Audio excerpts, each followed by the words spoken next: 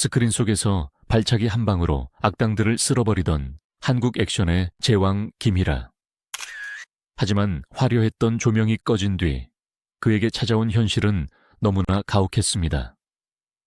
한때 강남의 아파트 몇 채에 값을 술값으로 뿌렸던 최고의 스타. 그러나 지금 그 강철 같은 주먹은 힘없이 떨리고 곁에는 가족도 재산도 없이 오직 가난과 병마만이 남았습니다. 이토록 초라하고 쓸쓸한 노년.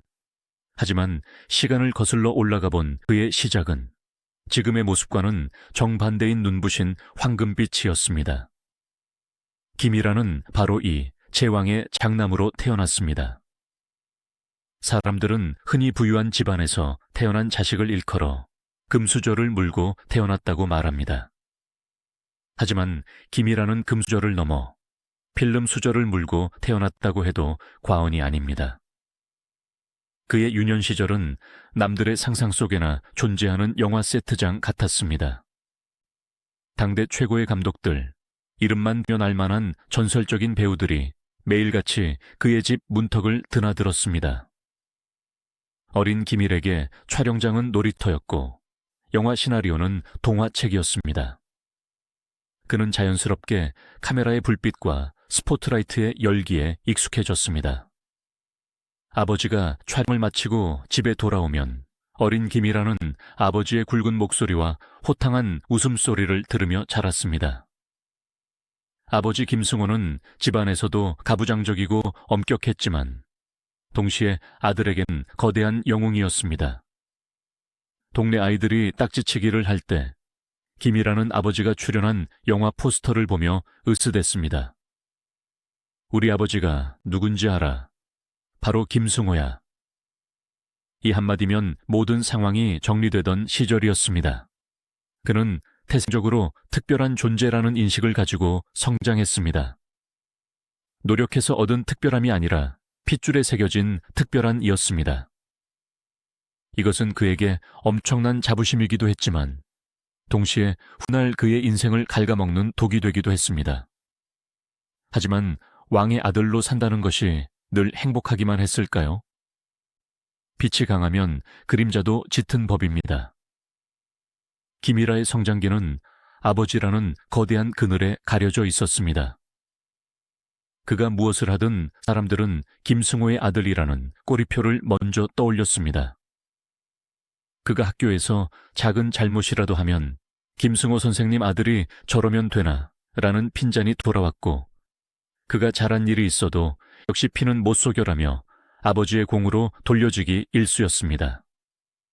어린 소년에게 그것은 감당하기 힘든 압박감이었습니다.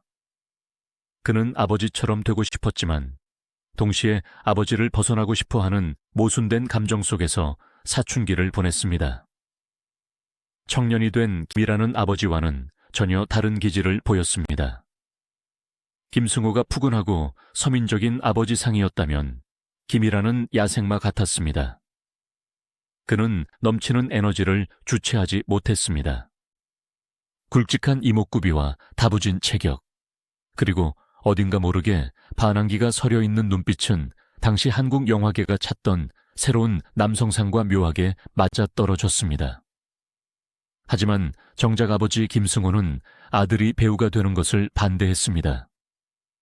화려해 보이지만 뜬구름 같은 인기의 허무함, 그리고 딴따라라 불리며 천시받던 시절의 서름을 누구보다 잘 알았기 때문일 것입니다. 아버지는 아들이 평범하고 안정적인 삶을 살기를 바랐을지도 모릅니다. 그러나 운명의 수레바퀴는 이미 굴러가기 시작했습니다.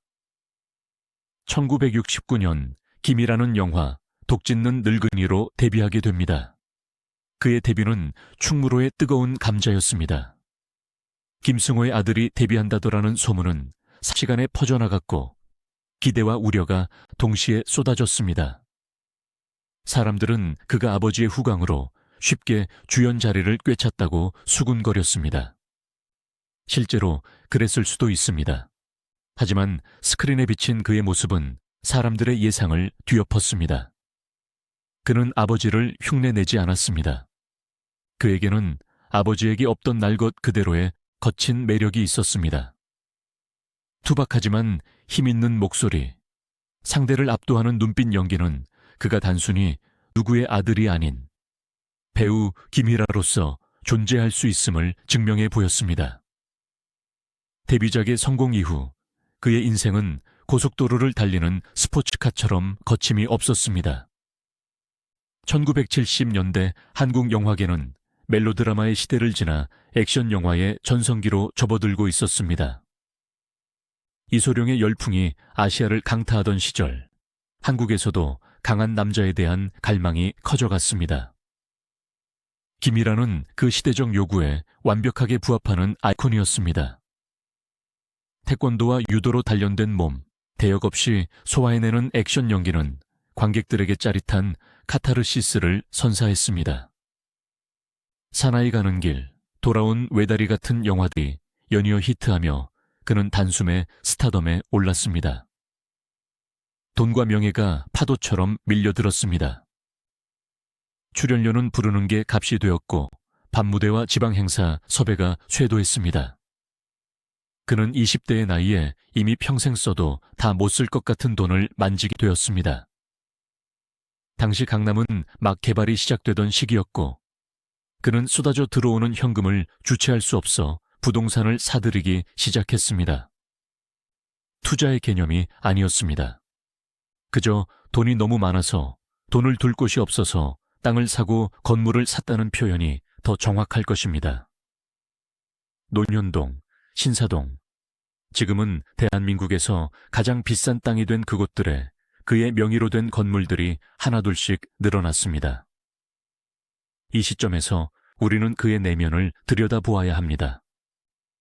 젊은 나이에 그것도 너무나 쉽게 얻은 성공은 그에게 치명적인 독배였습니다.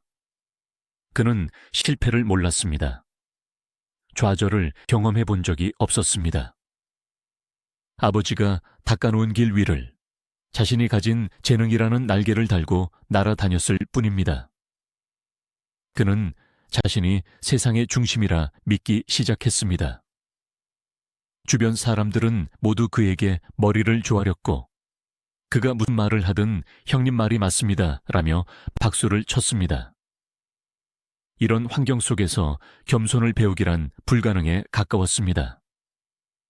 그의 자존심은 하늘을 찔렀고 오만함은 그를 서서히 잠식해 들어갔습니다.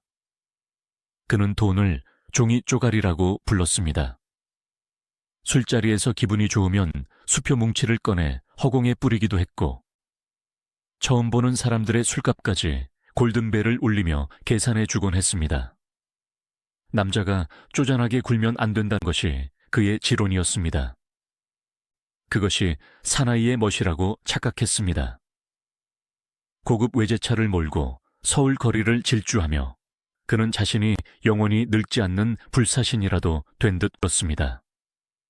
세상의 도덕이나 규범 따위는 자신과 같은 특별한 사람에게는 적용되지 않는다고 믿었습니다. 그러나 이 화려한 성공의 이면에는 검은 그림자가 드리워지고 있었습니다. 바로 아버지 김승호의 갑작스러운 죽음이었습니다. 한국 영화계의 거목이었던 아버지가 고혈압으로 쓰러져 세상을 떠났을 때 김희라는 큰 충격을 받았습니다. 하지만 그 충격은 그를 성숙하게 만들기보다는 오히려 더 큰 방황으로 이끌었습니다. 아버지라는 거대한 억제기가 사라지자 그의 폭주는 브레이크가 고장난 기관차처럼 더욱 빨라졌습니다. 그는 아버지의 죽음으로 인한 상실감을 술과 여자, 그리고 도박으로 채우려 했습니다. 아버지의 명성을 이어야 한다는 압박감과 이제는 내가 가장이라는 해방감이 뒤섞여 그를 더욱 혼란스럽게 만들었습니다. 그는 슬픔을 다루는 법을 배우지 못했습니다. 누구에게도 자신의 약한 모습을 보이고 싶지 않았습니다. 그래서 그는 더욱더 강한 남자, 거친 사나이의 이미지를 고수하려 애썼습니다. 스크린 속에 김이라는 악당들을 때려 눕히며 정의를 구현했지만 현실의 김이라는 자신의 영혼을 파괴하고 있었습니다. 밤새도록 술을 마시고 다음 날 아침 술 냄새를 풍기며 촬영장에 나타나는 일이 잦아졌습니다. 그래도 감독들은 그를 쓸 수밖에 없었습니다. 카메라가 돌아가면 그는 언제 그랬냐는 듯 짐승 같은 눈빛을 뿜어냈으니까요. 그 천부적인 재능이 오히려 그를 망치고 있었습니다. 노력하지 않아도 된다는 생각, 대충 살아도 세상은 나를 환영해 준다는 그 오만한 믿음이 굳건해졌습니다. 그리고 이 시기 그의 인생을 송두리째 뒤흔들 한 여인이 등장합니다. 바로 그의 아내 김수연 씨입니다. 그녀와의 만남은 김이라 인생의 가장 큰 축복이었지만 당시에 그는 그것을 알지 못했습니다. 아니, 알려고도 하지 않았습니다. 그는 그녀를 사랑했지만 그 사랑은 이기적이고 독단적이었습니다. 그는 아내를 자신의 소유물처럼 여겼고 자신의 방탕한 생활을 이해해 줘야 하는 존재로 치부했습니다. 이것이 앞으로 닥쳐올 거대한 가정 파괴의 서막이 될 줄은 그 누구도 예상하지 못했습니다.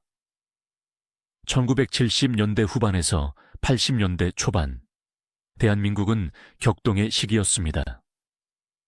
한강의 기적이 일어나고 있었고 강남은 하루가 다르게 스카이라인이 바뀌고 있었습니다. 하지만 그 눈부신 발전의 이면에는 향락과 타락이라는 독버섯이 자라나고 있었죠. 그리고 그 중심에 바로 우리의 주인공 김이라가 서 있었습니다. 그 시절 충무로와 명동 그리고 신사동 일대에서 김이라를 모르면 간첩이라는 말이 돌 정도였습니다. 해가 지고 거리의 넌사인이 하나둘 켜지기 시작하면 그의 진짜 하루가 시작되었습니다. 그는 낮에는 촬영장에서 액션씬을 찍으며 땀을 흘렸지만 밤에는 그보다 더 치열하게 쾌락을 좇으며 돈을 뿌렸습니다. 당시 그의 별명 중 하나가 밤의 황태자였습니다. 그가 가는 술집은 그날의 핫플레이스가 되었고 그가 마시는 술은 그날의 유행이 되었습니다. 여러분은 혹시 돈 냄새라는 것을 맡아본 적이 있으신가요? 당시 김이라의 주변에는 그 지독하고 달콤한 돈 냄새를 맡고 몰려든 하이에나들이 득실거렸습니다. 그들은 김이라를 형님, 오빠, 대배우님이라 부르며 지켜 세웠습니다. 그가 썰렁한 농담을 던져도 자지러지게 웃었고 그가 말도 안 되는 고집을 피워도 역시 대범하십니다라며 맞장구를 쳤습니다. 김이라는 그 거짓된 환호성을 진심으로 착각했습니다. 외로웠기 때문일까요? 아니면 자신이 정말로 특별한 존재라는 확신을 얻고 싶어서였을까요? 그는 그들의 충성을 돈으로 샀습니다. 술자리 한 번에 수백만 원, 지금 가치로 따지면 수천만 원이 넘는 돈을 하룻밤새 태워 없애는 일은 그에게 일상이었습니다. 계산서가 날아오면 그는 금액을 확인하지도 않았습니다. 지갑에서 수표 뭉치를 꺼내 종업원의 쟁반 위에 툭 던져놓고는 거스름 도는 팁이라며 손을 휘저었습니다. 그 모습을 보며 주변 사람들은 환호했고 그는 그 순간만큼은 세상 모든 것을 가진 왕이 된 기분에 취했습니다. 그는 돈을 저축하거나 관리한다는 개념 자체를 경멸했습니다. 돈이라는 건 물처럼 흘러야 하는 거야. 고이면 썩어. 그가 자주 하던 말이었습니다. 하지만 정작 썩어가고 있는 것은 돈이 아니라 그의 영혼이라는 사실을 그는 까맣게 모르고 있었습니다.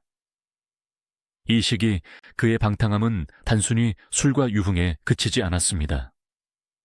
그는 자신을 둘러싼 도덕적 잣대를 거부했습니다.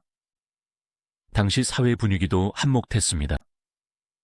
남자가 큰일을 하려면 여자 문제나 술 문제 정도는 눈 감아줘야 한다는 왜곡된 남성 우월주의가 팽배하던 시절이었습니다. 김이라는 그런 시대적 분위기를 방패 삼아 자신의 일탈을 정당화했습니다. 그는 스크린 속에서 정의로운 영웅을 연기했지만 카메라가 꺼지면 쾌락을 좇는 야수로 돌변했습니다. 촬영장에서도 그의 기행은 유명했습니다. 숙취로 인해 촬영이 지연되는 것은 예사였고 때로는 술에 취한 채 액션 연기를 감행하기도 했습니다. 그런데 아이러니하게도 그 위태로운 모습조차 대중들에게는 야성미로 포장되어 소비되었습니다. 대중은 스타의 타락조차 하나의 매력으로 받아들였고, 이는 그가 브레이크를 밟을 기회를 영영 앗아가 버렸습니다. 그렇다면 이 광란의 질주 속에서 그의 가정은 어떤 모습이었을까요? 화려한 조명 뒤에 가려진 그의 집, 그곳에는 침묵과 눈물만이 감돌고 있었습니다. 김일아의 아내, 김수연 씨. 그녀는 당대 최고의 스타와 결혼했다는 이유로 세상의 부러움을 샀지만 그 속내는 숯검정처럼 타들어가고 있었습니다. 김수연 씨는 본래 참하고 지혜로운 여성이었습니다. 그녀는 남편의 재능을 사랑했고 그가 훌륭한 배우로 남기를 진심으로 바랐습니다. 결혼 초기 그녀는 남편을 내조하며 행복한 가정을 꿈꿨습니다. 남편이 벌어다주는 돈으로 아이들을 키우고 따뜻한 저녁 밥상을 차려놓고 남편을 기다리는 소박한 삶. 하지만 그 소박한 꿈은 신기루처럼 멀어져만 갔습니다. 남편은 집에 들어오지 않는 날이 더 많았습니다. 며칠 만에 들어온 남편의 옷에서는 낯선 여자의 향수 냄새와 술 냄새, 그리고 담배 냄새가 진동했습니다. 셔츠 깃에 묻은 립스틱 자국을 발견했을 때 그녀의 심정이 어땠을지 상상해 보십시오. 처음에는 화도 내보고 울면서 매달려도 봤을 것입니다. 여보, 제발 이러지 말아요. 아이들을 봐서라도 정신 좀 차려요. 하지만 돌아오는 것은 남편의 차가운 냉소뿐이었습니다. 남자가 밖에서 일하다 보면 그럴 수도 있지. 넌 왜 그렇게 속이 좁아? 김이라는 오히려 큰 소리를 쳤습니다. 그는 자신의 외도를 숨기려 하지도 않았습니다. 죄책감? 그런 것은 사치였습니다. 그는 자신이 돈을 벌어다주는 기계라고 생각했고 돈만 주면 가장으로서의 의무를 다했다고 믿었습니다. 아내가 느끼는 정서적 고통이나 외로움 따위는 그에게 고려 대상이 아니었습니다. 그는 아내를 동등한 인격체나 인생의 동반자로 보지 않았습니다.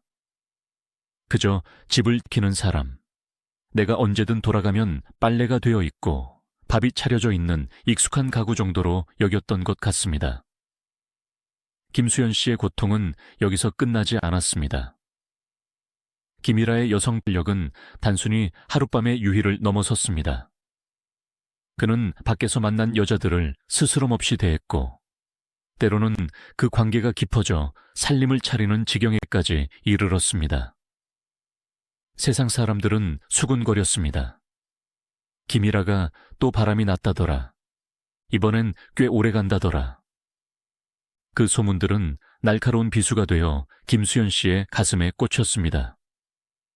동네 슈퍼를 가도 미용실을 가도 사람들의 동정 어린 시선 혹은 호기심 어린 시선을 견뎌야 했습니다. 저 여자 참 독하다. 어떻게 참고 사나 몰라. 사람들은 쉽게 말했지만 그녀에게는 아이들이 있었습니다. 아이들에게 아빠 없는 서름을 물려주고 싶지 않아서 그녀는 이를 악물고 버텼습니다. 하지만 김일아의 만행은 점점 도를 넘기 시작했습니다. 그는 집에 있는 시간조차 아내를 투명인간 취급했습니다. 아이들이 아빠하고 달려들어도 귀찮다는 듯 밀쳐내기 일쑤였습니다. 그의 관심은 오직 밖으로만 향해 있었습니다. 새로운 여자, 더 자극적인 술자리, 더 큰 도박판. 그의 도파민 중독은 이미 치료할 수 없는 수준으로 치닫고 있었습니다. 그는 집이라는 공간을 답답한 감옥처럼 느꼈습니다. 아내의 잔소리는 족쇄 같았고 아이들의 울음소리는 소음처럼 들렸습니다. 그는 자유를 갈망했습니다. 그가 말하는 자유란 그 누구의 간섭도 받지 않고 자신의 욕망대로만 움직이는 방종이었습니다. 이 시기 김일아의 경제관념 또한 완전히 무너져 내리고 있었습니다. 1,000억 원대에 달하던 자산은 겉으로는 건재해 보였지만 속으로는 서서히 금이 가고 있었습니다. 그는 사업이라는 명목으로 돈을 펑펑 썼지만 실상은 사기꾼들에게 돈을 퍼주는 꼴이었습니다. 형님, 이번에 기가 막힌 아이템이 있습니다. 투자만 하시면 2배로 불려드립니다. 이런 말도 안 되는 제안에 그는 의심 없이 도장을 찍어주었습니다. 왜냐하면 그는 돈 버는 게 너무 쉬웠으니까요. 이르면 또 벌면 된다는 안일한 생각이 그의 판단력을 마비시켰습니다. 또한 그는 지인들의 빚보증을 서주는 것을 즐겼습니다. 내가 김일아인데 내 이름 석자면 은행 문도 열린다는 식의 허세였습니다. 보증을 서주고 돈을 떼어도 그는 화를 내지 않았습니다. 오히려 없는 셈치지 뭐라며 쿨한 척 넘겼습니다. 그것이 대인의 풍모라고 착각했기 때문입니다. 하지만 그 없는 셈친 돈들이 쌓여 거대한 빚더미가 되어 돌아올 줄은 꿈에도 몰랐습니다. 김수연 씨는 남편의 통장이 비어가는 것을 눈치챘습니다. 그녀는 불안에 떨며 남편에게 경고했습니다. 여보, 이러다 우리 길거리에 나앉아요. 제발 정신 좀 차려요. 하지만 김이라는 귓등으로도 듣지 않았습니다. 오히려 아내가 돈 타령을 한다며 역정을 냈습니다. 내가 누군데 망해? 내 건물이 몇 채인데 그런 소리를 해. 재수없게.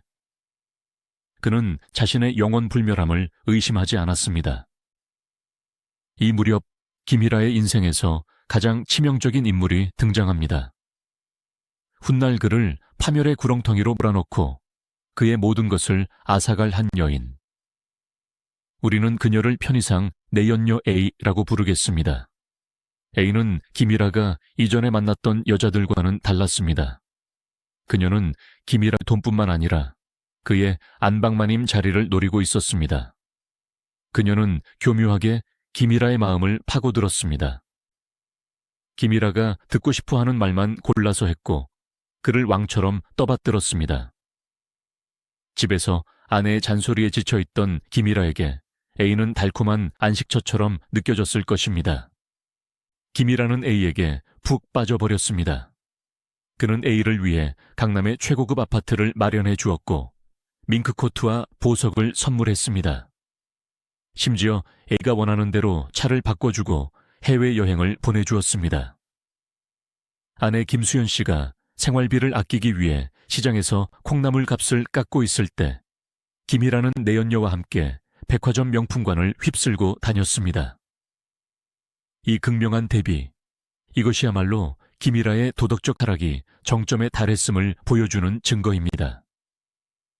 A의 존재는 김일아에게 단순한 불륜 상대가 아니었습니다. 그녀는 김일아의 눈과 귀를 가리는 마녀였습니다. 그는 김일아와 아내 사이를 이간질했습니다. 사모님이 오빠 돈을 뒤로 빼돌리는 것 같아요. 사모님이 오빠 흉을 보고 다니던데요.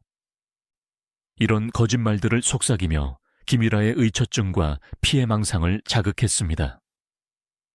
김일아는 그 말에 넘어가 아내를 의심하기 시작했습니다. 평생을 자신에게 헌신한 아내를 믿지 못하고 오히려 돈을 노리고 접근한 꽃뱀의 말을 더 신뢰하게 된 것입니다. 이것은 인간으로서 가질 수 있는 최소한의 분별력조차 잃어버렸음을 의미합니다. 결국 김일아의 집안에서는 매일같이 고성이 오갔습니다. 아내는 더 이상 참지 않았습니다. 남편의 외도와 재산 탕진, 그리고 자신을 향한 모욕적인 언사를 견딜 수 없었습니다. 부부싸움은 점점 격해졌고 집안의 물건들이 날아다니는 일도 잦아졌습니다. 아이들은 공포에 떨며 방구석에 숨어야 했습니다. 그 화려했던 영화 제왕의 아들, 만인의 연인이었던 스타의 가정은 이제 콩가루가 되어 산산조각 나고 있었습니다. 하지만 김일아는 이 지옥 같은 상황을 해결하려 하지 않았습니다. 오히려 그는 이 상황을 탈출할 아주 비겁하고 잔인한 계획을 세우기 시작합니다. 아내를 설득하거나 화해하는 것이 아니라 아예 눈앞에서 치워버리겠다는 끔찍한 발상. 그것은 가장이자 남편으로서 해서는 안 될 인륜을 저버리는 결정이었습니다. 우리는 지금 김이라라는 인물이 어떻게 괴물이 되어가는지를 목격하고 있습니다. 돈과 명예에 취해 자신을 지켜주는 가장 소중한 울타리인 가족을 스스로 부수려 하는 한 남자의 어리석음. 과연 그는 어떤 명분으로 아내를 쫓아내려 했을까요? 그리고 그 과정에서 보여준 그의 잔혹성은 어디까지였을까요? 이제 곧 닥쳐올 비극은 단순한 부부 갈등을 넘어 한 여성의 인생을 송두리째 짓밟는 잔혹 동화가 됩니다. 1970년대와 80년대의 화려한 넌사인 아래 한 남자는 점점 더 깊은 늪으로 빠져들고 있었습니다. 그 늪은 그가 스스로 판 것이었고 그 속에서 그는 허우적거릴수록 더 깊이 잠겨 들어갔습니다. 세상은 여전히 그에게 박수를 보내고 있었지만 그 박수 소리는 사실 조종소리와 다름없었습니다. 이제 곧 그 종소리가 멈추고 거대한 파국이 시작될 것입니다. 결국 인간의 오만함이 극에 달했을 때 어떤 비극이 탄생하는지를 보여주는 김이라의 인생 드라마. 그 정점을 향해 달려가는 그의 위태로운 발걸음은 멈출 줄을 몰랐습니다. 가진 것이 너무 많아서 잃을 것이 무엇인지조차 몰랐던 남자의 슬픈 질주는 계속됩니다. 이제 우리는 김이라의 인생에서 가장 어둡고 돌이킬 수 없는 죄악의 장을 열어보려 합니다. 그것은 단순한 외도가 아니었습니다. 그것은 한 인간의 존엄을 짓밟고 가족이라는 신성한 울타리를 뿌리째 뽑아버린 계획적이고 잔인한 추방이었습니다. 1980년대 중반, 김이라의 이중 생활은 이미 공공연한 비밀이었습니다. 충무로 관계자들은 물론이고 동네 주민들조차 그가 내연녀와 딴 살림을 차렸다는 사실을 알고 있었습니다. 하지만 김이라는 부끄러워하기는커녕 오히려 이 상황을 정리하고 싶어 했습니다. 두 집 살림이 귀찮아서가 아니었습니다. 본처인 김수현 씨가 있는 본가가 자신의 자유로운 영혼을 억압하는 감옥처럼 느껴졌기 때문입니다. 내연녀 A와의 달콤한 생활에 취해 있던 그는 아내와 아이들이 자신의 행복을 방해하는 장애물이라고 생각하기 시작했습니다. 어느 날 저녁, 그는 굳은 표정으로 아내를 불렀습니다. 거실은 무거운 침묵이 흘렀습니다. 김수현 씨는 본능적으로 불길한 예감을 느꼈을 것입니다. 남편의 입에서 나올 말이 사과나 화해가 아님을 직감했습니다. 김희는 담배 연기를 길게 내뿜으며 통보하듯 말했습니다. 미국으로 가. 애들 데리고 교육을 위해서라는 그럴듯한 명분을 내세웠습니다. 애들 미래를 위해서 미국에서 공부시키는 게 낫지 않겠어? 당신이 가서 뒷바라지해. 겉으로 듣기엔 자식을 생각하는 아버지의 결단처럼 들릴 수도 있습니다. 하지만 김수현 씨는 그 말 속에 숨겨진 날카로운 칼날을 보았습니다. 그것은 내 눈앞에서 사라져 달라는 축객령이었습니다. 내연녀와 마음 편히 살기 위해 조강지철을 지구 반대편으로 유배 보내겠다는 비겁한 수작이었습니다. 김수현 씨는 거부했습니다. 여보, 애들은 여기서도 잘 커요. 그리고 아빠 없이 어떻게 애들을 키워요? 당신 놔두고 못 가요. 그녀는 울며 매달렸습니다. 남편을 사랑해서이기도 했지만 이대로 떠나면 가정이 완전히 깨질 것을 알았기 때문입니다. 하지만 김이라의 태도는 완강했습니다. 이미 내연녀 A가 그의 머릿속을 지배하고 있었습니다.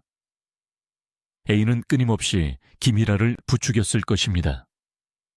사모님만 없으면 우리끼리 얼마나 행복하겠어요. 오빠, 결단 내려요. 이 과정에서 김이라의 잔혹성을 보여주는 결정적인 사건이 발생합니다. 이것은 김수현 씨의 가슴에 평생 지워지지 않을 흉터를 남긴 그야말로 피해 화요일과도 같은 날이었습니다. 남편의 외도와 압박을 견디다 못한 김수연 씨는 이성을 잃고 말았습니다. 어느 날 그녀는 남편이 내연녀와 함께 있다는 첩보를 입수했습니다. 그동안 참고 또 참았던 분노가 활화산처럼 폭발했습니다. 그녀는 공구함에서 망치를 꺼내 들었습니다. 사람을 해치려는 살이가 아니었습니다. 그들의 불륜 현장, 그 더러운 거짓의 공간을 다 때려 부수고 싶다는 절규였습니다. 그녀가 망치를 들고 내연녀의 집으로 쳐들어갔을 때 문을 연 사람은 다름 아닌 김이라였습니다. 김수연 씨의 손에는 망치가 들려 있었고 눈에는 핏발이 서 있었습니다. 보통의 남편이라면 아내의 그런 모습에 놀라거나 미안해하며 무릎을 꿇었을 것입니다. 하지만 김이라는 달랐습니다. 그는 아내를 보자마자 얼굴을 찌푸리며 소리를 질렀습니다. 너 미쳤냐? 여기가 어디라고 행패야. 그는 아내의 손목을 낚아채 망치를 빼앗았습니다. 그리고 겁에 질려 떨고 있는 내연녀를 자신의 등 뒤로 숨겼습니다. 걱정하지 마. 내가 해결할게. 내연녀를 안심시키는 그의 목소리는 더없이 부드러웠습니다. 바로 그 순간 김수연 씨는 무너져 내렸습니다. 남편이 자신을 미친 여자 취급하며 내연녀를 보호하려는 그 모습, 그것은 망치로 머리를 맞는 것보다 더 큰 충격이었습니다. 당신, 어떻게 나한테 이럴 수 있어? 내가 당신한테 뭘 그렇게 잘못했는데? 그녀가 바닥에 주저앉아 통곡했지만 김이라는 냉정하게 그녀를 쫓아냈습니다. 당장 꺼져. 다시는 여기 얼씬도 하지 마. 문이 쾅 닫히는 소리와 함께 김수연 씨는 복대 홀로 남겨졌습니다. 그 닫힌 문은 마치 그녀의 결혼 생활이 끝났음을 알리는 사형 선고와도 같았습니다. 이 사건 이후 김수연 씨는 모든 의지를 상실했습니다. 더 이상 버틸 힘이 없었습니다. 그녀는 결국 남편의 뜻대로 미국행을 받아들였습니다. 그것은 선택이 아니라 포기였습니다. 쫓겨나듯 짐을 싸서 공항으로 향하던 날, 김이라는 배웅조차 제대로 나오지 않았습니다. 비행기가 이륙하고 서울의 불빛이 멀어질 때 김수연 씨는 창밖을 보며 하염없이 눈물을 흘렸습니다. 13년, 장장 13년이라는 긴 유배 생활의 시작이었습니다. 아내가 떠나자 김이라는 만세를 불렀습니다. 드디어 해방되었습니다. 잔소리하는 아내도 시끄러운 아이들도 없는 세상. 그는 즉시 내연녀 A를 본가로 불러들였습니다. 아니, 정확히 말하면 내연녀가 안방을 차지했습니다. A는 집에 들어오자마자 김수연 씨의 흔적을 지우기 시작했습니다.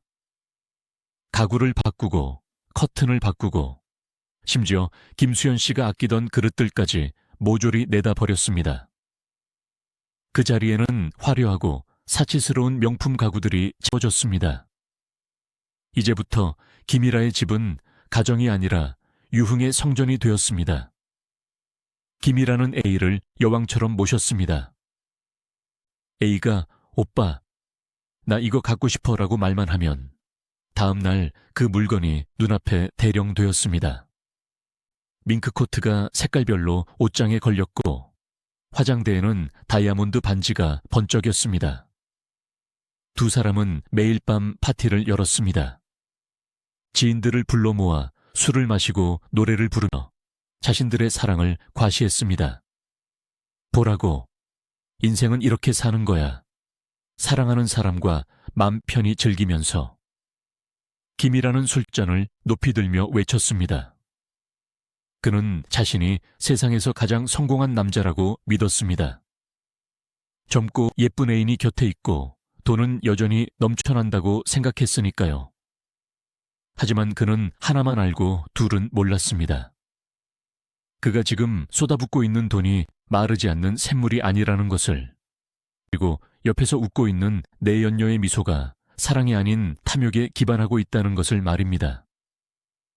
내연녀 A의 사치는 상상을 초월했습니다. 그녀는 김이라의 신용카드를 자신의 것처럼 썼습니다. 백화점 V, IP룸이 그녀의 놀이터였습니다. 한번 쇼핑을 나가면 수백, 수천만 원을 긁었습니다. 김이라는 영수증을 확인하지 않았습니다. 여자가 예쁘게 꾸미는 건 남자의 능력이지. 이런 허세가 그의 눈을 가리고 있었습니다. 게다가 A는 교묘하게 김이라의 재산을 자신의 명의로 돌리거나 현금화하여 빼돌리기 시작했습니다. 오빠, 사업 자금이 좀 필요해서. 오빠, 나중에 우리 노후를 위해서 이 땅은 내 이름으로 해두는 게 안전하지 않을까. 달콤한 말로 김이라를 속였고 김이라는 의심 없이 도장을 찍어주었습니다. 반면 미국으로 쫓겨난 김수현 씨의 삶은 어땠을까요? 그것은 처절한 생존 투쟁이었습니다. 김이라는 처음 몇 달간은 생활비를 보내줬지만 그마저도 뚝 끊겼습니다. 내연녀 A가 중간에서 가로챘거나 김이라가 도박과 유흥에 돈을 탕진하느라 보낼 돈이 없었기 때문입니다. 낯선 땅, 서툰 영어. 김수현 씨는 아이들을 굶길 수 없어 거리로 나갔습니다. 식당 설거지, 청소부, 햄버거 가게, 패티 굽기. 닥치는 대로 일을 했습니다. 손이 부르트고 허리가 끊어질 것 같아도 쉴 수 없었습니다. 화려한 서울 강남의 펜트하우스에서 샴페인을 터뜨리는 김이라와 로스앤젤레스의 좁은 단칸방에서 찬 밥을 물에 말아먹는 김수현. 이 극명한 대비는 마치 평행 우주처럼 존재했습니다. 김수현 씨는 밤마다 한국 쪽 하늘을 보며 기도했습니다. 남편을 저주했을까요? 아닙니다. 놀랍게도 그녀는 아이들에게 아빠 흉을 보지 않았습니다. 아빠는 한국에서 아주 훌륭한 배우야. 바빠서 돈을 못 보내시는 거야. 그녀는 아이들의 마음속에 있는 아버지의 이미지를 지켜주려 애썼습니다. 그것이 그녀가 할 수 있는 마지막 사랑이자 자존심이었습니다. 한편 한국의 상황은 서서히 악화되고 있었습니다. 1990년대로 접어들며 김이라의 수입은 형역히 줄어들었습니다. 영화계의 트렌드는 빠르게 변했고 더 이상 마초 액션 스타를 찾는 곳은 많지 않았습니다. 출연 제의가 뜸해지자 들어오는 돈의 물줄기는 가늘어졌습니다. 하지만 나가는 돈의 물줄기는 오히려 댐이 터진 듯 콸콸 쏟아져 나갔습니다. 건물이 하나둘씩 팔려나갔습니다. 처음에는 급전이 필요해서라는 핑계로 작은 건물 팔았습니다. 그 다음에는 땅을 팔았습니다. 김이라는 불안감을 느꼈을 것입니다. 통장 잔고가 줄어드는 속도가 너무 빨랐으니까요. 하지만 그는 멈출 수 없었습니다. 내연녀 A에게 쪼들리는 모습을 보이기 싫었기 때문입니다. 오빠 돈 없네 라는 말을 듣는 것이 죽기보다 싫었던 자존심. 그놈의 자존심 때문에 그는 빚을 내서라도 품위를 유지하려 했습니다. 주변의 진짜 친구들은 하나둘씩 떠났습니다. 희라야, 정신 차려라. 저 여자가 네 재산 다 말아먹을 거야. 충고를 해주는 친구들에게 김이라는 화를 냈습니다. 너희가 내 사랑을 알아. 다 질투해서 그러는 거야. 결국 그의 곁에는 그의 돈을 노리는 사기꾼들과 그에게 기생하려는 간신배들만 남게 되었습니다. 내연녀 A의 태도도 조금씩 변하기 시작했습니다. 예전에는 김이라의 말이라면 죽는 신용기라도 했는데 이제는 짜증을 내기 시작했습니다. 오빠, 이번 달 생활비가 왜 이것밖에 안 돼? 오빠, 나 차 바꿔주기로 했잖아. 돈이 떨어져 가는 낌새를 채자 그녀의 본색이 드러나기 시작한 것입니다. 하지만 김이라는 애써 외면했습니다. 그녀가 떠날까봐 두려웠던 것입니다. 이미 아내도 버리고 가족도 버린 그에게 내연녀 A는 유일하게 남은 트로피이자 자존심의 상징이었으니까요. 그녀마저 떠나면 자신의 인생이 실패했다는 것을 인정해야 했기에 그는 더욱더 그녀에게 집착하고 매달렸습니다. 이것은 마치 서서히 가라앉고 있는 타이타닉호 위에서 마지막 춤을 추는 것과 같았습니다. 배에는 구멍이 뚫려 물이 차오르고 있는데 선상에서는 여전히 밴드가 음악을 연주하고 샴페인을 터뜨리고 있는 꼴이었습니다. 이 시기 김이라의 건강에도 적신호가 켜졌습니다. 수십 년간 이어진 과도한 음주와 흡연, 불규칙한 생활, 그리고 내면 깊은 곳에서 올라오는 불안감과 스트레스. 그의 몸은 비명을 지르고 있었습니다. 가끔 손이 떨리고 머리가 핑 도는 증상이 있었지만 그는 술을 덜 깨서 그래라며 대수롭지 않게 넘겼습니다. 병원에 갈 생각은 하지 않았습니다. 자신이 천하장사라고 믿었으니까요. 운명의 시간은 시시각각 다가오고 있었습니다. 1,000억 원의 재산은 이제 거의 바닥을 드러내고 있었고 그의 몸속 혈관은 시한폭탄처럼 언제 터질지 모르는 상태가 되었습니다. 아내를 내쫓고 13년 동안 쌓아 올린 가짜 왕국. 그 왕국이 무너지는 것은 한순간이었습니다. 가장 화려했던 꼭대기에서 가장 비참한 바닥으로 추락하는 데에는 그리 오랜 시간이 걸리지 않았습니다. 새 천년이 밝았습니다. 2000년, 세상은 밀레니엄의 기대감으로 들썩였고 사람들은 새로운 시대가 가져올 희망에 부풀어 있었습니다. 그러나 아이러니하게도 온 세상이 축제를 벌이던 그 시점에 김이라의 인생 시계는 자정을 가리키고 있었습니다. 멈출 수 없었던 그의 폭주 기관차가 마침내 거대한 절벽을 마주하게 된 것입니다. 이 무렵 김이라의 통장 장원은 바닥을 보이고 있었습니다. 강남의 스카이라인을 수놓았던 그 많던 빌딩들은 하나둘 남의 손으로 넘어갔습니다. 도박 빚을 갚기 위해, 사업 실패를 메꾸기 위해, 그리고 내연녀 A의 끝없는 욕망을 채워주기 위해 그는 자산을 헐값에 넘겼습니다. 건물 하나만 팔면 급한 불은 끄겠지. 그런 안일한 생각이 꼬리에 꼬리를 물었습니다. 하지만 자산이라는 것은 눈사람과 같아서 한번 녹아내리기 시작하면 걷잡을 수 없이 사라지는 법입니다. 1,000억 원의 신화는 그렇게 허무하게 무너져 내리고 있었습니다. 그의 주변을 맴돌던 형님 소리도 잦아들었습니다. 돈 냄새가 사라지자 파리떼 같던 추종자들도 흩어졌습니다.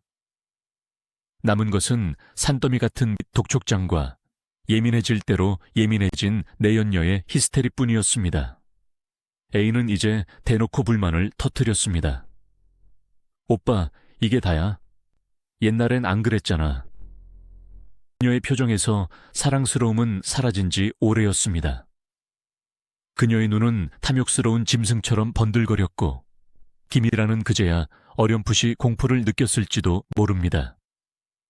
자신이 쥐고 있던 동아줄이 사실은 썩은 동아줄이었다는 것을. 하지만 정신적 스트레스보다 더 무서운 적이 그를 덮쳤습니다. 바로 육체의 붕괴였습니다. 수십 년간 이어진 폭음. 그는 술을 물처럼 마셨습니다. 안주는 고작해야 담배 연기였습니다. 혈관에는 알코올과 니코틴이 찌들어 있었고 고혈압과 당뇨라는 침묵의 살인자가 이미 그의 몸 곳곳에 진지를 구축해 놓은 상태였습니다. 가끔 뒷목이 뻐근하고 눈앞이 침침해지는 전조 증상이 있었지만 그는 무시했습니다. 내가 누군데? 난 천하의 김이라야. 액션 배우라고. 그는 자신의 강인함을 맹신했습니다. 병원에 가서 약을 먹는 건 약해 빠진 놈들이나 하는 짓이라고 비웃었습니다. 운명의 그날, 2000년의 어느 날 밤이었습니다. 여느 때처럼 술에 취해 비틀거리며 집에 들어선 순간이었습니다. 혹은 극심한 자금난으로 내연녀와 말다툼을 벌이던 중이었을지도 모릅니다. 갑자기 머릿속에서 퍽 하는 소리가 들린 듯 했습니다. 마치 망치로 뒤통수를 세게 얻어맞은 듯한 충격이었습니다. 세상이 빙글빙글 돌기 시작했습니다. 천장이 바닥이 되고 바닥이 벽이 되는 기괴한 회전 속에서 그는 중심을 잃고 쓰러졌습니다. 입을 열어 살려줘라고 외치려 했지만 혀가 굳어 말이 나오지 않았습니다.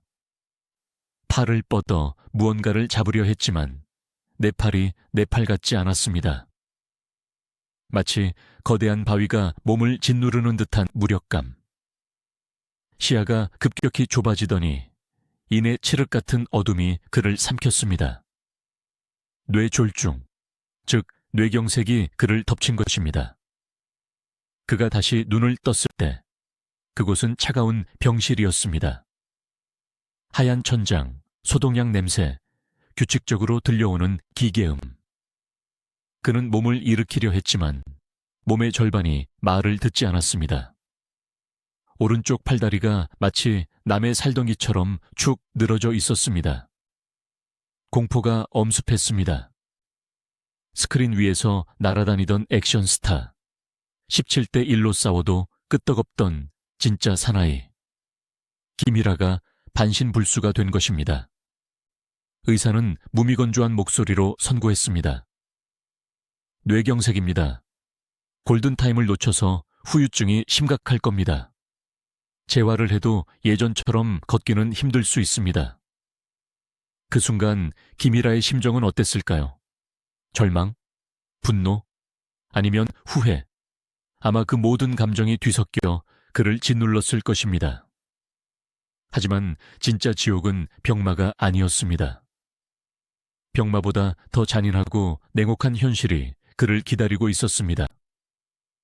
바로 내연녀 A의 반응이었습니다. 김이라가 쓰러졌다는 소식에 A는 병원으로 달려왔습니다.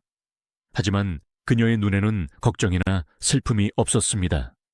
그녀는 의사에게 물었습니다. 다시 일어날 수 있나요? 다시 돈을 벌 수 있나요? 의사가 고개를 젓자 그녀의 눈빛은 순식간에 차갑게 식었습니다. 그녀에게 김이라는 더 이상 오빠가 아니었습니다. 고장난 기계, 더 이상 돈을 뱉어내지 않는 폐기물에 불과했습니다. 그녀의 머릿속은 빠르게 회전했습니다. 이제 끝났어. 이 늙은이한테서 더 나올 건 없어. 오히려 병원비랑 똥기저귀 값만 나가게 생겼어. 그녀는 재빨리 계산기를 두드렸습니다. 그리고 결단을 내렸습니다. 김이라의 인생에서 가장 충격적인 배신이 실행되는 순간이었습니다. A는 김이라가 병상에 누워 꼼짝도 못하는 틈을 타 움직이기 시작했습니다. 그녀는 김이라의 지갑, 신분증, 인감도장을 챙겼습니다. 그리고 집에 남아있던 마지막 귀중품들을 싹쓸이했습니다.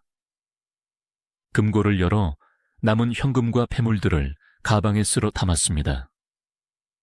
김이라가 1,000억 원의 재산을 탕진하며 마지막까지 남겨두었던 일종의 비상금 같은 자산들마저 그녀의 소나기로 들어갔습니다. 병실에 누워있는 김이라는 아무것도 할 수 없었습니다. 말을 제대로 할 수도 몸을 움직일 수도 없는 상태에서 그는 내연녀가 자신의 물건들을 뒤지고 통장에서 돈을 인출해 가는 것을 그저 지켜봐야 했을지도 모릅니다. 아니면 그녀가 오빠, 병원비 내려면 돈이 필요해서 그래 라고 거짓말을 하며 도장을 받아 갔을 수도 있습니다. 김이라는 믿고 싶었을 겁니다. 설마 날 버리겠어? 내가 너한테 해준 게 얼만데. 하지만 설마는 현실이 되었습니다. A는 김이라의 모든 것을 털어낸 후 바람처럼 사라졌습니다.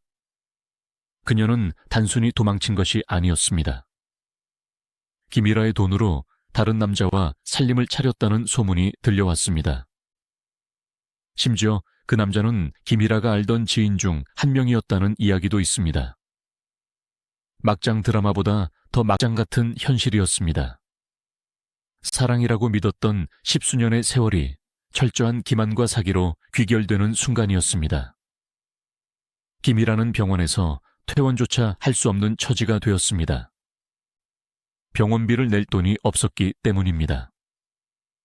화려했던 건물주 톱스타는 이제 무일푼의 기초수급자 대상으로 전락할 위기에 놓였습니다. 주변 사람들의 도움으로 겨우 퇴원 절차를 밟았지만 갈 곳이 없었습니다.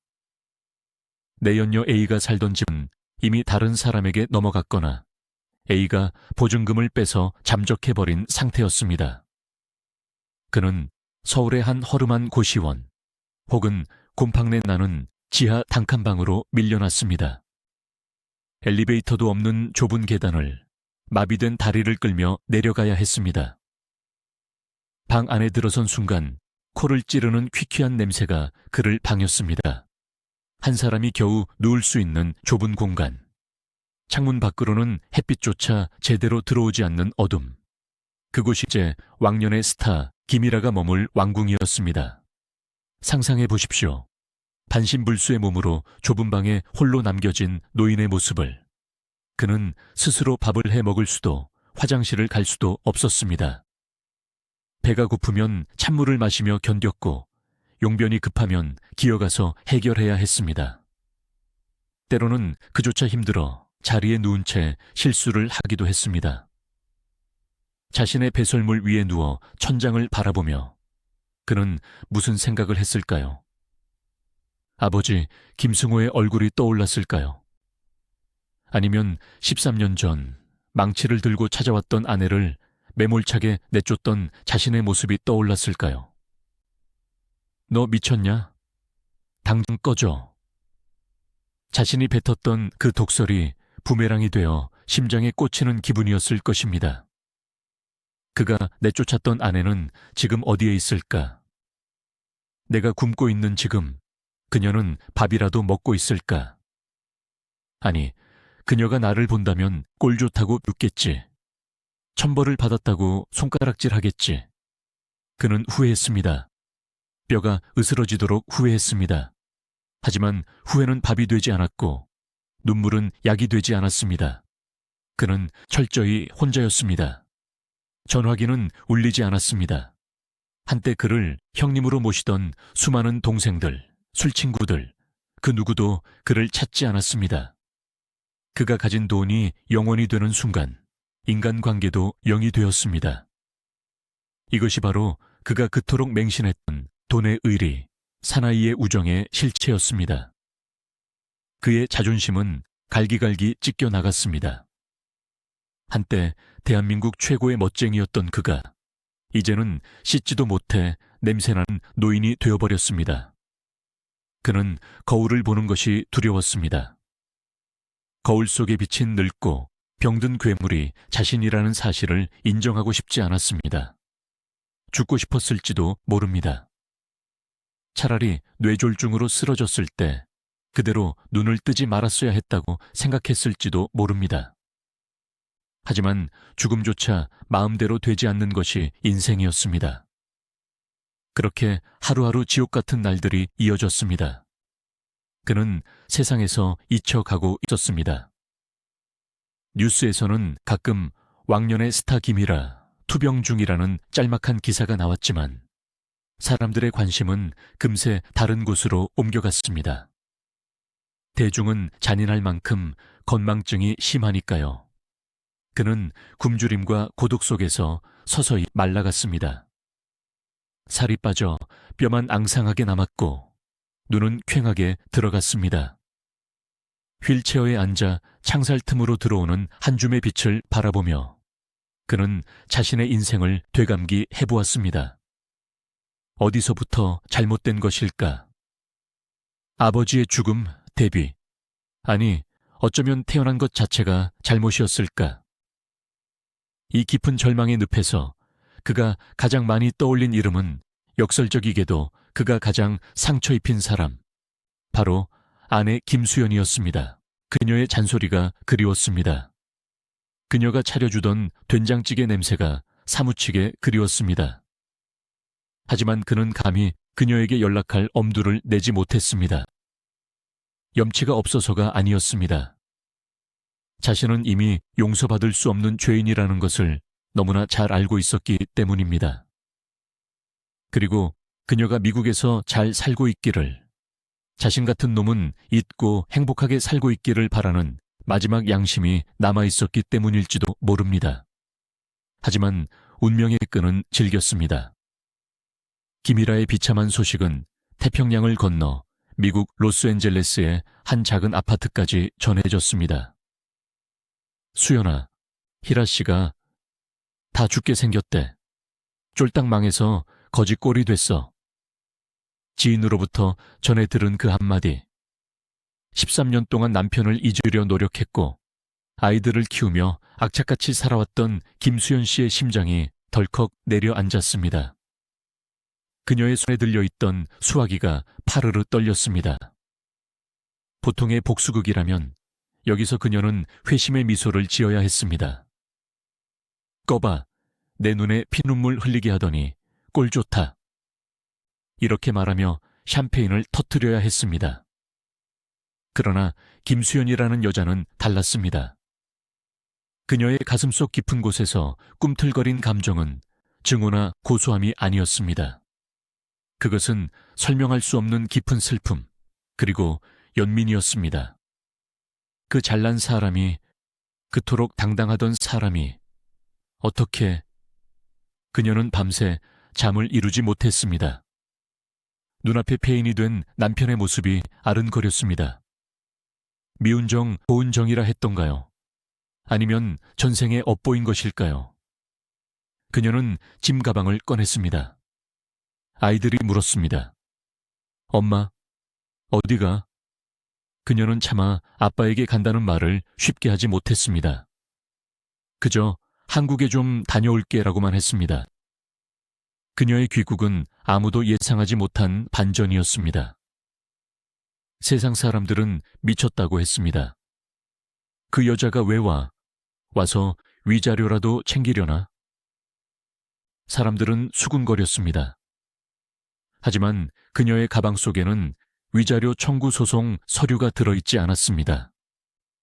대신 남편에게 입힐 깨끗한 속옷과 그가 좋아하던 반찬을 만들 재료들이 들어갈 자리를 비워두고 있었습니다.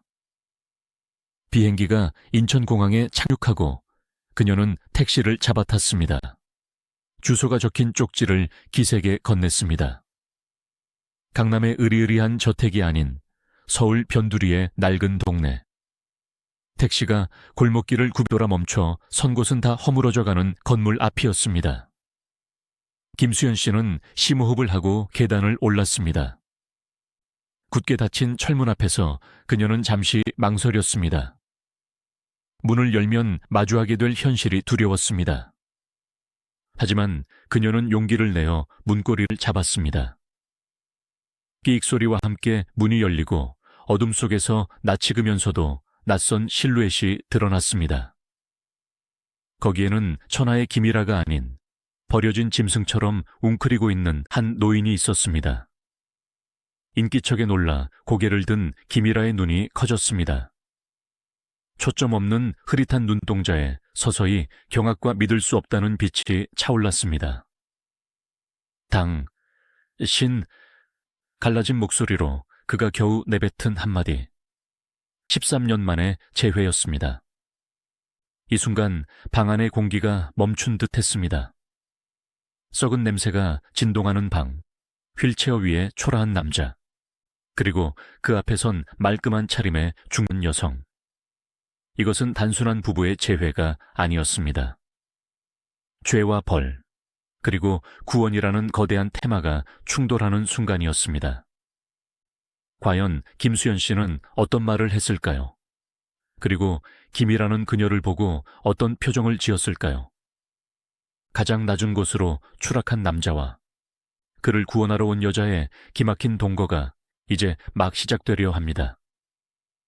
이것은 로맨스 영화보다 더 애절하고 종교 영화보다 더 성스러운 인간의 드라마입니다. 문이 열리고 두 사람의 시선이 허공에서 얽혔습니다. 그 찰나의 침묵은 13년이라는 긴 세월의 간극을 메우기에는 너무나 무겁고 숨이 막혔습니다. 김수연 씨의 시야에 들어온 것은 한때 스크린을 호령하던 천하의 액션 스타가 아니었습니다. 그곳에는 앙상하게 뼈만 남은 초라한 짐승 같은 존재가 웅크리고 있었습니다. 휠체어 옆에는 먹다 남은 음식물 쓰레기가 말라 비틀어져 있었고 방석에는 처리하지 못한 배설물이 담긴 비닐봉지가 굴러다니고 있었습니다. 코를 찌르는 악취. 그것은 가난의 냄새이자 죽음의 냄새였습니다. 김이라는 고개를 들지 못했습니다. 감히 아내의 눈을 마주칠 수가 없었습니다. 자신이 저지른 짓이 있으니까 망치를 든 아내를 내쫓고 다른 여자를 끼고 살며 호의호식했던 그였습니다. 그런데 지금 자신의 몰골은 어떻습니까? 기저귀를 차고 스스로 밥알조차 씹지 못해 입가에 침을 흘리고 있는 반신불수. 차라리 땅이 갈라져 그 속으로 숨고 싶은 심정이었을 것입니다.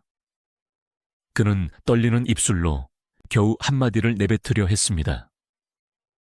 가, 나가. 하지만 김수연 씨는 나가지 않았습니다. 그녀는 신발을 벗고 그 더러운 방 안으로 발을 들여놓았습니다. 그리고 털썩 남편의 휠체어 앞에 무릎을 꿇었습니다. 그녀의 손이 남편의 앙상한 무릎 위에 얹어졌습니다. 뼈밖에 남지 않은 다리. 그 탄탄하던 근육은 다 어디로 가고 가죽만 남은 다리가 파들파들 떨리고 있었습니다. 어쩌다 이렇게 됐어요. 그녀의 입에서 터져 나온 것은 비난이나 욕설이 아니었습니다. 깊은 탄식이자 오열이었습니다. 그녀는 남편의 다리를 부여잡고 소리내어 울기 시작했습니다. 그 눈물은 복잡한 의미를 담고 있었습니다. 자신을 버린 남자에 대한 원망도 있었겠지만 그보다 더 큰 것은 인간적인 연민이었습니다. 한때는 산 같았고 호랑이 같았던 내 아이들의 아버지가 이렇게까지 처참하게 무너졌다는 사실에 대한 비통함. 그것은 미움마저 덮어버릴 만큼 거대한 슬픔이었습니다. 김이라도 울었습니다. 마비된 얼굴 근육 때문에 표정은 일그러졌지만 그의 눈에서는 굵은 눈물방울이 뚝뚝 떨어져 내렸습니다. 13년 만의 재회는 그렇게 눈물바다가 되었습니다. 그 어떤 드라마 대사보다 더 절절한 침묵의 통곡이 좁은 방을 가득 채웠습니다. 한참을 울던 김수연 씨는 눈물을 훔치고 일어섰습니다. 그녀의 눈빛이 달라져 있었습니다. 슬픔에 잠겨 있을 시간조차 없다는 것을 깨달은 것입니다. 그녀는 팔을 걷어붙였습니다. 일어나요. 씻기부터 합시다. 그녀는 화장실에서 대야에 물을 받아왔습니다. 그리고 수건에 물을 적셔 남편의 몸을 닦기 시작했습니다. 오랫동안 씻지 못해 때가 낀 피부, 욕창이 생기기 직전인 등, 그리고 냄새나는 기저귀. 그녀는 얼굴 한번 찌푸리지 않고 묵묵히 그 모든 것을 닦아냈습니다. 남편의 배설물을 손수 치우며 그녀는 13년 전 자신이 받았던 모욕을 씻어내고 있었는지도 모릅니다. 아니, 어쩌면 이 남자가 짊어진 죄의 무게를 그녀가 대신 닦아주고 있었던 것일지도 모릅니다. 김이라는 아내의 손길이 닿을 때마다 몸을 움츠렸습니다. 부끄러웠습니다. 자신이 내쫓았던 여자가 내 똥기저귀를 갈아주고 있다니. 이것은 그에게 죽음보다 더한 수치심이었습니다. 하지만 동시에 그것은 태어나서 처음 느껴보는 거대한 구원의 손길이었습니다. 돈으로 산 여자들은 돈이 떨어지자마자 도망갔지만 자신이 버린 이 여자는 가장 더러운 곳까지 내려와 자신을 안아주고 있었습니다. 그날부터 김수연 씨의 지독한 간병 생활이 시작되었습니다. 그녀는 미국에서의 생활을 정리하고 완전히 한국으로 돌아왔습니다. 하지만 현실은 냉혹했습니다. 김일에게 남은 돈은 한 푼도 없었습니다. 오히려 갚아야 할 빚만 남아있었죠. 김수연 씨가 가져온 얼마 안 되는 돈으로 방을 구하고 병원비를 대야 했습니다. 그녀는 억척스러워져야만 했습니다. 1,000억 원 자산가의 사모님이었던 그녀가 이제는 휠체어를 미는 보호자가 되어 시장 바닥을 누볐습니다. 싼 식재료를 찾아다니고 남편에게 먹일 보약을 짓기 위해 자신의 옷 한 벌 사 입지 않았습니다. 가장 힘든 것은 김이라의 재활 훈련이었습니다. 뇌경색 후유증으로 굳어버린 몸을 다시 움직이게 하는 것은 피를 말리는 고통이 따랐습니다. 김이라는 자주 짜증을 냈습니다. 몸이 마음대로 움직이지 않으니 답답했고 그 화살을 아내에게 돌리기도 했습니다. 아파, 살살 좀 하라고 소리를 지르고 숟가락을 집어 던지기도 했습니다. 그럴 때마다 김수현 씨는 묵묵히 숟가락을 주어 밥을 떠먹였습니다. 먹어야 살아요. 힘내서 운동해야 다시 걷죠. 그녀는 엄마처럼, 때로는 조교처럼 남편을 다독이고 찍찍했습니다. 주변 사람들은 그녀를 보며 혀를 찼습니다. 보살이다, 보살. 저런 남자가 뭐가 예쁘다고 저렇게 지극정성일까? 하지만 김수현 씨에게는 확고한 신념이 있었습니다. 이 사람은 내 남편이다. 내 아이들의 아빠다. 내가 살려내야 한다. 이것은 사랑을 넘어선 의리였고 부부라는 이름의 숭고한 약속이었습니다. 김이라의 내면에서도 변화가 일어나기 시작했습니다. 처음에는 수치심과 자존심 때문에 아내를 거부했지만 시간이 지날수록 그는 깨닫게 되었습니다. 이 여자가 없으면 나는 죽는다. 아니, 이 여자는 내게 생명을 다시 불어넣어 주고 있다. 어느 날 밤 잠자리에 들기 전 김이라가 아내의 손을 잡았습니다. 그의 투박하고 힘없는 손이 아내의 거칠어진 손을 감쌌습니다. 미안하다. 내가 죽을 죄를 지었다. 그의 입에서 나온 참회. 수십 년간의 오만과 독선이 무너져 내리는 순간이었습니다.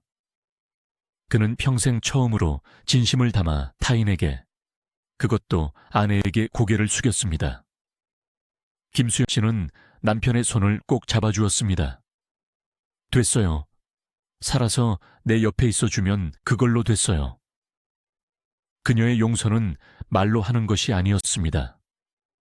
매일 아침 남편의 굳은 다리를 주무르고 매일 세끼 따뜻한 밥을 차려주는 그 행동 하나하나가 모두 용서였습니다. 하지만 그들의 삶이 갑자기 핑크빛으로 변한 것은 아니었습니다. 경제적 궁핍은 끈질기게 그들을 괴롭혔습니다. 김이라는 더 이상 수입이 없었고 치료비는 계속 들어갔습니다. 김수현 씨는 지인들에게 돈을 빌리기도 하고 작은 일거리를 찾아 생활비를 보태야 했습니다. 가끔 옛 동료 연예인들이 찾아오기도 했습니다. 그들은 좁은 방에 누워있는 김이라를 보고 충격을 감추지 못했습니다. 형님, 어쩌다 이렇게... 그들은 위로금을 건네고는 서둘러 자리를 떴습니다. 몰락한 스타의 비참한 현실을 오래 마주하고 싶지 않았던 것이겠지요. 그들이 떠나고 나면 김이라는 한동안 말이 없었습니다. 화려했던 과거와 초라한 현재의 괴리감 때문에 우울증에 시달리기도 했습니다. 그럴 때마다 그를 일으켜 세운 것은 역시 아내였습니다. 당신은 김이라예요. 쓰러져 있을 사람이 아니라고요. 다시 일어나서 사람들 앞에 당당하게 서야죠. 그녀는 남편의 짓밟힌 자존감을 회복시켜주기 위해 부단히 애를 썼습니다. 남편을 휠체어에 태우고 공원에 나가 산책을 시키며 세상과 다시 소통하게 했습니다. 사람들이 알아보고 수군거려도 피하지 않았습니다. 네, 김이라 씨 맞아요. 지금 재활 중입니다. 응원해 주세요. 그녀는 당당했습니다. 죄 지은 것은 맞지만 다시 살려고 노력하는 것이 부끄러운 일은 아니라고 생각했습니다. 시간이 흐르며 기적 같은 일이 일어났습니다. 꼼짝도 못하던 김이라의 다리에 힘이 들어가기 시작한 것입니다. 처음에는 부축을 받아 겨우 일어나는 정도였지만 피나는 재활 끝에 지팡이를 짚고 한 걸음씩 뗄 수 있게 되었습니다. 그것은 의학적으로도 놀라운 진전이었습니다. 의사들은 입을 모아 말했습니다. 이건 전적으로 사모님의 간호 덕분입니다. 김이라가 지팡이를 짚고 처음으로 혼자 걸음을 떼던 날, 두 사람은 서로를 끌어안고 엉엉 울었습니다. 1,000억 원을 벌었을 때보다 더 큰 기쁨이었습니다. 돈으로 할 수 없는 행복, 고통을 함께 이겨낸 사람만이 맛볼 수 있는 찐득한 전우회 같은 사랑이 그들 사이에 싹트고 있었습니다. 김이라는 이제 입버릇처럼 말합니다. 나는 다시 태어났어. 김수연의 아들로. 농담처럼 들리지만 뼈가 있는 말입니다. 과거에 방탕했던 김이라는 죽었습니다. 그리고 아내의 보살핌 속에서 철들고 겸손해진 새로운 김이라가 태어난 것입니다. 그는 아내를 엄마라고 부르기도 하고 선생님이라고 부르기도 합니다. 자신을 낳아준 것은 부모님이지만 자신을 사람으로 만들어준 것은 아내라는 뜻이겠죠. 그의 변화는 단순히 건강을 회복한 것에 그치지 않았습니다. 그는 방송에 출연해 자신의 과오를 세상에 고백하기 시작했습니다. 숨기고 싶은 치부, 내연녀에게 재산을 털리고 버림받은 이야기, 아내를 내쫓았던 파렴치한 과거를 낱낱이 털어놓았습니다. 왜 그랬을까요? 그것이 자신을 용서해준 아내에 대한 최소한의 예의이자 공개적인 사과라고 생각했기 때문입니다. 저는 바보였습니다. 진짜 보석을 옆에 두고 돌멩이를 줍느라 인생을 허비했습니다. 방송 카메라 앞에서 떨리는 목소리로 말하는 그의 모습은 많은 시청자들의 가슴을 울렸습니다. 비록 늦었지만, 너무나 늦었지만 그의 참회는 진심이었습니다. 하지만 여기서 우리는 냉정한 질문을 하나 던져야 합니다. 과연 김이라의 참회와 아내의 헌신으로 모든 상처가 치유되었을까요? 13년의 세월, 그 잃어버린 시간과 아이들이 겪었을 아빠의 부재는 보상받을 수 있는 것일까요? 해피엔딩처럼 보이지만 그 밑바닥에는 여전히 지워지지 않는 흉터가 남아 있습니다. 김수연 씨가 가끔 먼 산을 바라보며 짓는 쓸쓸한 표정. 그것은 용서 뒤에 숨겨진 인내의 무게를 짐작게 합니다. 이제 이야기는 종착역을 향해 달려갑니다. 나락으로 떨어졌던 한 남자가 아내의 등 뒤에 엎여 겨우 세상으로 돌아왔습니다. 그렇다면 이제 그들은 어떤 삶을 살고 있을까요? 그리고 김이라는 자신의 남은 생을 무엇을 위해 바치기로 결심했을까요? 그렇게 김이라는 다시 세상 밖으로 나왔습니다. 하지만 그가 선 무대는 화려한 조명이 쏟아지는 영화제 레드카펫이 아니었습니다. 다큐멘터리 프로그램의 카메라는 좁고 어수선한 거실, 낡은 소파에 힘없이 앉아있는 그의 모습을 가감없이 비췄습니다. 우리는 흔히 개과천선이라는 말을 쉽게 씁니다. 잘못을 뉘우치고 착한 사람이 된다는 뜻이죠. 하지만 현실에서의 개과천선은 동화책의 마지막 페이지처럼 아름답게 끝나지 않습니다. 그것은 매일매일 과거의 망령과 싸워야 하는 처절한 전쟁입니다. 김일에게 지난날의 과오는 씻을 수 없는 문신처럼 남아 있었습니다. 방송을 통해 공개된 그의 일상은 충격적이면서도 숙연했습니다. 한때 호랑이처럼 포효하던 액션 스타가 이제는 아내가 밥상에 올려준 생선가시를 발라주길 기다리는 순한 양이 되어 있었습니다. 그는 카메라를 향해, 아니 전 국민을 향해 자신의 치부를 드러냈습니다. 제가 나쁜 놈이었습니다. 아내 속을 너무 썩였습니다. 저 사람은 천사고 저는 마귀였습니다. 그의 고백은 단순한 반성문이 아니었습니다. 그것은 자기 파괴적인 참회였습니다. 보통의 연예인이라면 자신의 이미지를 위해 어느 정도 포장을 하거나 변명을 섞었을 법도 합니다. 그때는 사업이 힘들어서 혹은 어쩔 수 없는 상황이어서 같은 핑계 말입니다. 하지만 김이라는 변명하지 않았습니다. 다 내 탓이다. 내가 정신이 나갔었다. 여자에 미쳐서 돈에 취해서 가족을 버렸다. 이토록 적나라한 자기 고발은 보는 이들의 마음을 불편하게 만들면서도 동시에 묘한 울림을 주었습니다. 그것은 바닥을 친 인간만이 보여줄 수 있는 투박한 진실이었기 때문입니다. 이 과정에서 대중의 시선은 김일아가 아닌 그의 곁을 지키는 아내 김수연 씨에게 쏠렸습니다. 사람들은 도저히 이해할 수 없다는 반응이었습니다. 도대체 왜? 저런 남자를 왜 받아주나?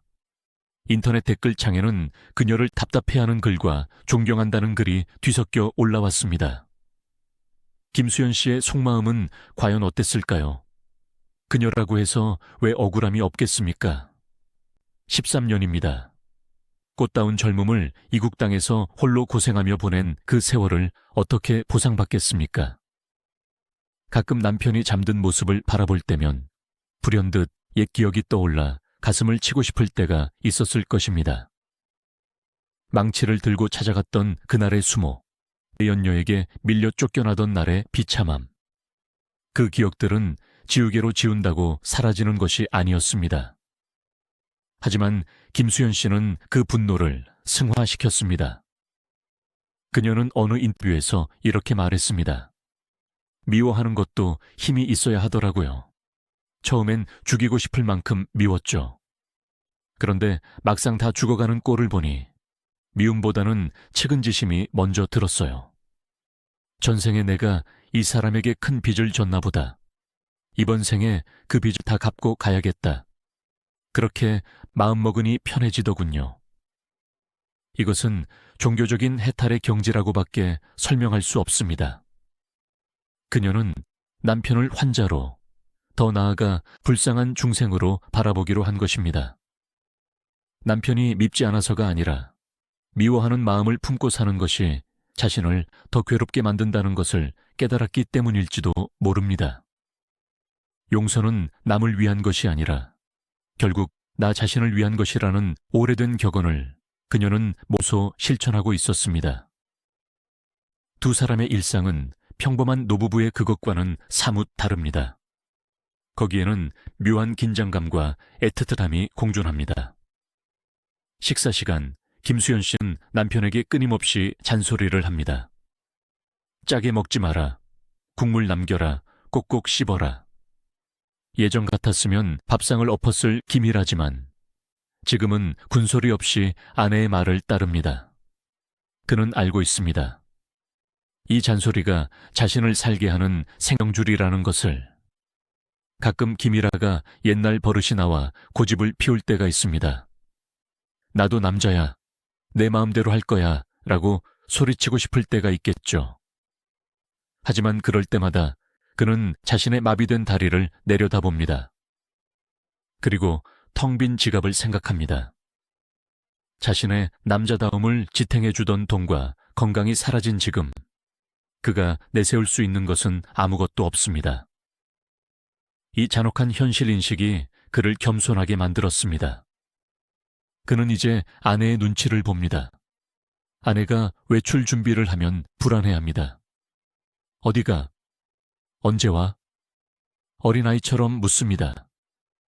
혹시나 아내가 13년 전의 진처럼 이번에는 나를 버리고 떠나지 않을까 하는 무의식적인 공포가 자리 잡고 있는 것입니다. 천하의 김일아가 분리불안을 겪는 노인이 되었습니다. 이것이야말로 인과응보의 가장 현실적인 모습 아닐까요? 경제적인 상황은 여전히 그들의 발목을 잡고 있습니다. 1,000억 원의 자산은 전설 속 이야기처럼 아득해졌습니다. 그들은 지금도 월세 걱정, 생활비 걱정을 하며 삽니다.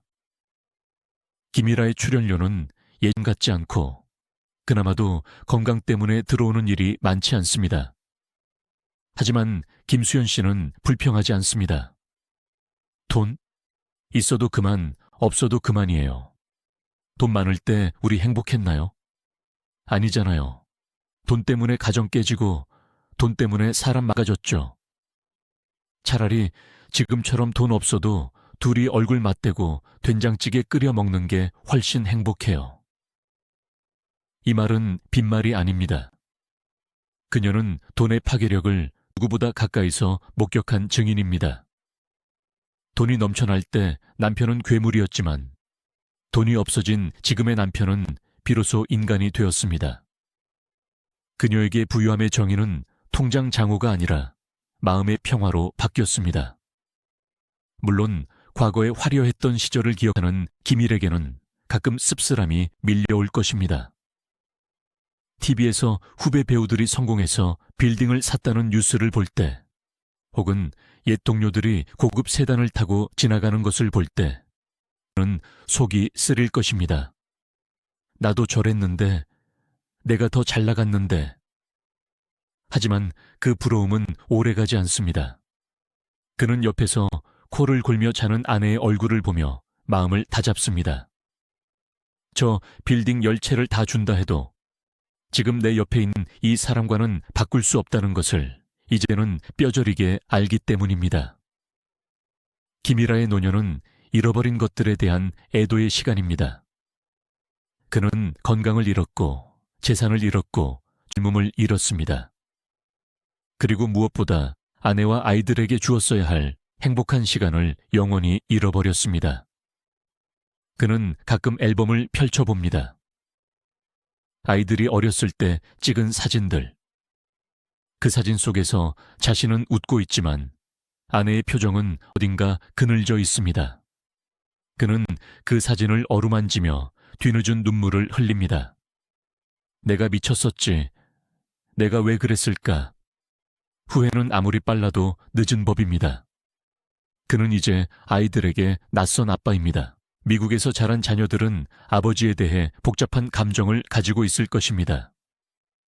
성공한 배우로서의 아버지에 대한 존경심과 가정을 버린 아버지에 대한 원망. 그 간극을 메우기 위해 김이라는 노력하고 있습니다. 서툰 솜씨로 영상 통화를 하고 미안하다는 말을 반복합니다. 하지만 깨진 유리를 다시 붙인다고 해서 새 유리가 될 수는 없습니다. 붙인 자국은 영원히 남습니다. 김이라와 그의 가족은 그 흉터를 안고 살아가는 법을 배우고 있습니다. 억지로 우리는 이제 완벽하게 행복해라고 연기하지 않습니다. 그저 서로의 상처를 인정하고 그래도 가족이니까 라는 이름으로 서로를 보듬을 뿐입니다. 최근 김이라의 모습에서 우리는 또 다른 변화를 발견합니다. 그는 이제 자신의 고통을 웃음으로 승화시킬 줄 아는 여유를 가지게 되었습니다. 예전에는 자신의 치부를 건드리면 불같이 화를 냈겠지만 이제는 허허 웃으며 받아 넘깁니다. 제가 귀가 얇아서 사기를 많이 당했죠. 다 수업료 냈다고 생각합니다. 비싼 수업료였지만 덕분에 진짜 소중한 게 뭔지 배웠으니까요. 그는 자신의 실패를 숨기지 않음으로써 오히려 자유로워졌습니다. 더 이상 지켜야 할 체면도 과시해야 할 허세도 없으니 마음이 가벼워진 것입니다. 휠체어를 타고 거리에 나가면 사람들이 알아보고 인사를 건넵니다. 예전에는 멋있다는 환호였지만 지금은 힘내세요, 건강하세요라는 위로와 응원입니다. 김이라는 그 따뜻한 말 한마디에 눈시울을 붉힙니다. 돈으로 산 가짜 친구들의 아부보다 지나가는 시민의 진심 어린 걱정이 더 값지다는 것을 깨달았기 때문입니다. 이 긴 이야기의 터널을 지나오며 우리는 한 가지 의문을 가질 수 있습니다. 과연 김이라는 행복할까요? 1,000억 원을 가진 채 쾌락의 정점에 서 있었던 40년 전의 김이라와 빈털터리에 반신불수가 되어 아내의 수발을 받는 지금의 김이라. 둘 중 누가 더 행복할까요? 세속적인 기준으로 보면 당연히 전자일 것입니다. 하지만 김이라 본인에게 묻는다며 그는 주저없이 지금을 선택할 것입니다. 그때는 사는 게 아니었어요. 그냥 붕 떠서 날아다니는 풍선 같았죠. 언제 터질지 모르는. 지금은 땅에 발을 디디고 사는 기분입니다. 비록 다리는 불편하지만 마음만은 지금이 훨씬 편합니다. 그의 이 고백은 우리에게 시사하는 바가 큽니다. 우리는 모두 성공을 쫓아, 돈을 쫓아 달립니다. 더 좋은 집, 더 좋은 차, 더 많은 통장 잔고가 행복을 보장해 줄 것이라 믿습니다. 하지만 김이라는 자신의 온몸을 던져 자신의 인생 전체를 담보로 잡아 우리에게 증명해 보였습니다. 그 모든 화려함은 결국 신기루일 뿐이며 진짜 행복은 아주 사소하고 가까운 곳에 있다는 것을요. 이제 김이라의 인생 드라마는 클라이맥스를 지나 잔잔한 에필로그를 향해 가고 있습니다. 하지만 아직 끝나지 않았습니다. 그에게는 마지막으로 완수해야 할 숙제가 남아 있습니다. 그것은 단순히 건강을 회복하는 것이 아닙니다.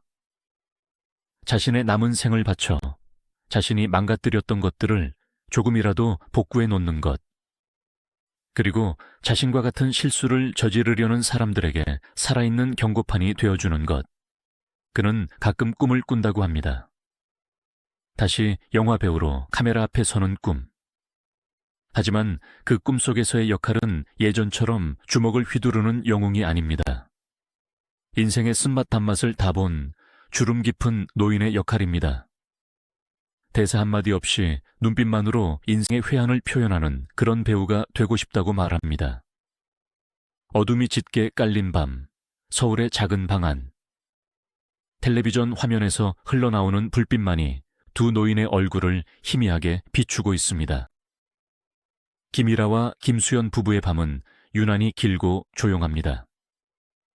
젊은 시절, 밤은 그에게 쾌락과 광란의 시간이었지만 지금의 밤은 생존을 확인하고 또 다른 이별을 준비하는 엄숙한 시간입니다. 우리는 누구나 죽습니다. 하지만 김일에게 죽음이라는 단어는 조금 더 무겁고 구체적인 공포로 다가옵니다. 이미 한번 뇌졸중이라는 저승사자가 그의 문턱을 넘었다가 돌아갔기 때문입니다. 그는 알고 있습니다. 그 저승사자가 언제 다시 문을 두드릴지 모른다는 것을요. 그래서 그는 뻔뻔하게도 매일 밤 기도합니다.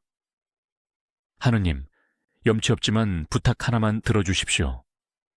제발 저 사람보다 제가 하루만 더 빨리 가게 해주십시오.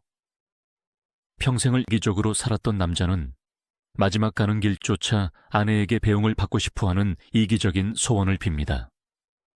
하지만 그 이기심의 밑바닥에는 아내 없이는 단 1분 1초도 살 수 없다는 처절한 약함과 사랑이 깔려 있습니다.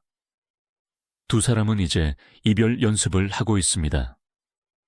김이라는 자신이 가지고 있던 옛날 사진들, 대본들, 상패들을 하나씩 정리합니다.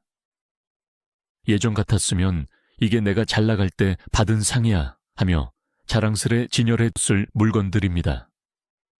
하지만 이제 그는 덤덤하게 말합니다. 이거 다 버려도 돼요. 내가 죽으면 다 쓰레기야. 1,000억 원의 재산을 가졌을 때는 세상 모든 물건을 소유하려 했지만 이제 빈손으로 떠날 준비를 하며 그는 무소유의 가치를 배우고 있습니다. 수위에는 주머니가 없다는 옛말이 사무치게 와닿는 순간들입니다. 지금 이 순간 휠체어에 앉아 창밖을 바라보는 김이라의 눈동자는 무엇이 비치고 있을까요? 김이라의 인생은 우리에게 냉혹한 청구서를 내밉니다. 그는 빌딩 열채와 자신의 젊음을 모두 지불하고 나서야 비로소 가족이라는 정답을 얻었습니다. 그 구원의 중심에는 아내 김수연 씨가 있습니다. 복수 대신 용서를, 증오 대신 간병을 택한 그녀야말로 이 비극적 서사시의 진정한 영웅입니다. 이제 김이라는 더 이상 스크린 속의 액션 스타가 아닙니다. 그는 대역도 NG도 허용되지 않는 참회하는 남편이라는 생애 가장 어려운 배역을 연기하고 있습니다. 과거의 오만함을 버리고 자신을 불쌍히 여겨주는 이웃들에게 아이처럼 웃어 보이는 남자. 그것은 모든 욕망을 비워낸 자만이 지을 수 있는 가장 가벼운 미소일 것입니다. 마지막으로 묻고 싶습니다. 당신의 곁에는 누가 있습니까? 김이라가 날려버린 1,000억 원의 재산과 지금 그의 휠체어를 밀어주는 아내의 거친 손, 우리는 이 두 가지 엔딩 중 무엇을 선택해야 할까요? 비록 영화 같은 해피엔딩은 아닐지라도 서로의 천에 의지의 끝까지 살아가는 것. 이것이야말로 인간 기미라가 온몸으로 써내려간 마지막 대본, 휴먼 엔딩입니다.